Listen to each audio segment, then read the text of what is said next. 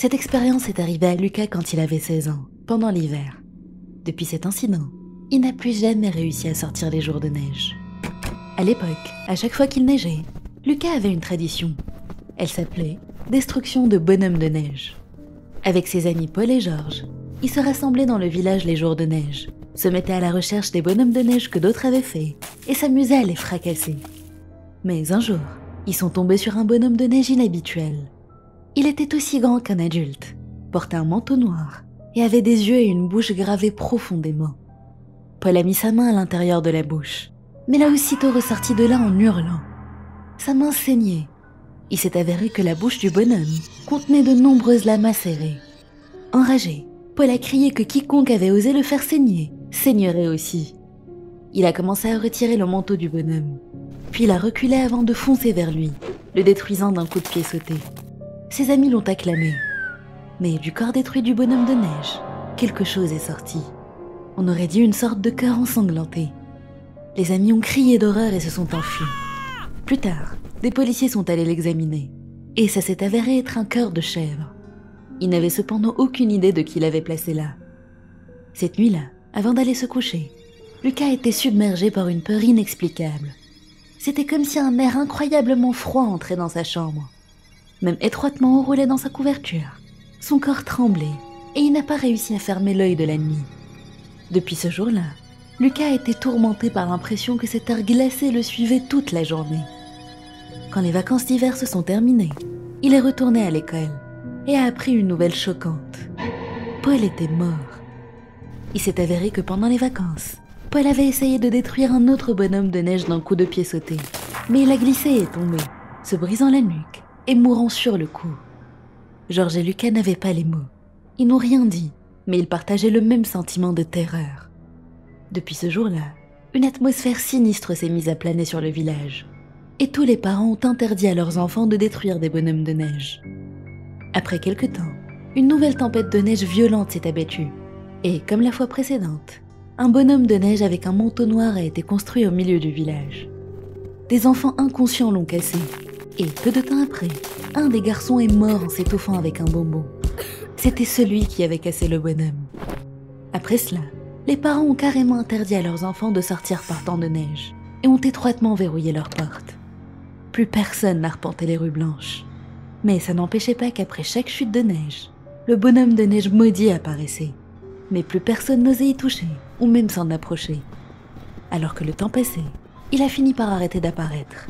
Et heureusement, les tragédies ont disparu avec lui. Mais la terreur qu'il a laissée derrière lui a persisté. La simple mention de bonhomme de neige dans le village était désormais interdite. Et à ce jour, le mystère persiste. Personne ne sait ce qu'était exactement ce bonhomme de neige, ni qui en était responsable.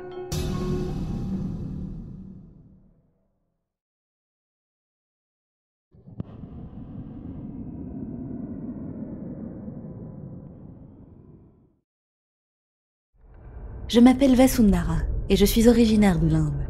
J'aimerais vous raconter une histoire effrayante qui m'est arrivée, qui m'en hantera probablement pour toujours.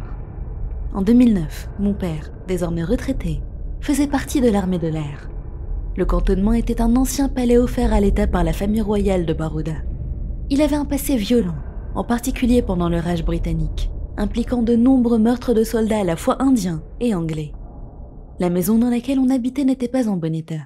Mais nous n'avions pas vraiment le choix, parce qu'il n'y en avait aucune autre de disponible à ce moment-là, et sortir du cantonnement n'était pas possible. Ma mère et moi avions toujours eu le sentiment que quelque chose n'allait pas avec cette maison, mais mon père ne nous a jamais cru. C'était un rationnel étroit d'esprit, et avait toujours une réponse logique prête, à chaque fois que quelque chose de bizarre se passait dans la maison. Alors que le temps passait, nous avons aussi commencé à croire que c'était juste notre imagination. Mais tout a changé un jour. Mes parents avaient l'habitude d'aller se promener avant le dîner, et pendant une de leurs balades, je suis restée seule chez nous. J'étais en train de jouer à des jeux vidéo quand je me suis assoupie.